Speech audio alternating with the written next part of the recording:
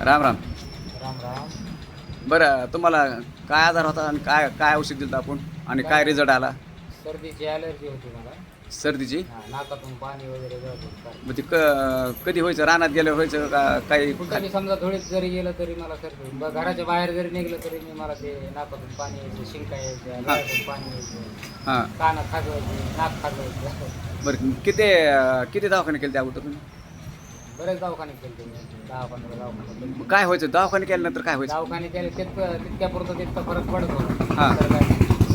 आणि परत अजून जसेल तशी कंडिशन. हां, पुन्हा जसं तसं दुसऱ्या दिवशी आज गोळी खाल्ली की उद्या लगेच खावं लागायचं. मग इथं माऊलीकडे औषध भेटते कोणी सांगितलं? आपण तर जवळजवळ, पण मग औषध भेटत आहे किंवा त्याचा रिझल्ट आहे असं कोणी सांगितलं इथं? नाही, आम्ही एक दिवशी असं चालतो. हां खतं ते निघत ना. हां, आपलं उसाला त्याला खतन द्यायला. हां.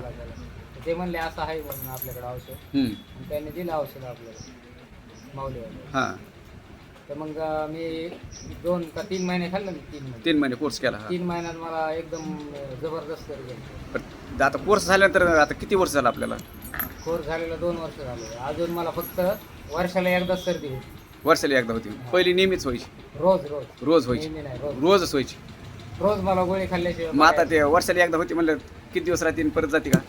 वर्षाला म्हणजे आता 3 दिवस 4 दिवस राहते. मग ते आता आपल्या सर्दी परसत ते कुणाला बी असतं ना, ते तर नॉर्मली कुणाला बी आहेच ना. ते सर्दी म्हणजे वातावरण बदल झालं तर ते होत्यातच ना.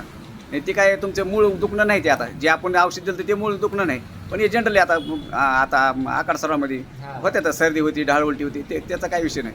पण ते आता कंटिन्यू बंद झालं का? कंटिन्यू बंदच झालं. बंदच झालं ना. म्हणजे वर्षाला डायरेक्ट आता 1 वर्ष झालं मला कसलीच सर्दी नाही. म्हणजे ॲलर्जीवाल्यासाठी ॲलर्जी कसलंच खाजलं बी नाही माझा अंग. ॲलर्जीवाल्यासाठी नंबर 1 रिझल्ट आहे का? हा, एकदम नंबर. म्हणजे ॲलर्जीवाल्याने घ्यायला पाहिजे का नाही? एक घ्यायलाच पाहिजे. घ्यायलाच पाहिजे ना. पण 3-4 कोर्स केले तर तुमचं 3 3 वर्षाचा मध्ये माझं तर क्लिअर झालं. क्लिअर 3 झालं. course. तर अशा पद्धतीने पाहुणेत बी आणि जवळच्या माणसाला लवकर विसत बसत नसतो, पण त्यांना असं सांगितलं की बाबा आपल्याकडे ॲलर्जी तर तू घे बरं, बघू आपण काय होतं. तर त्यांनी विश्वास ठेवून बी घेतलं.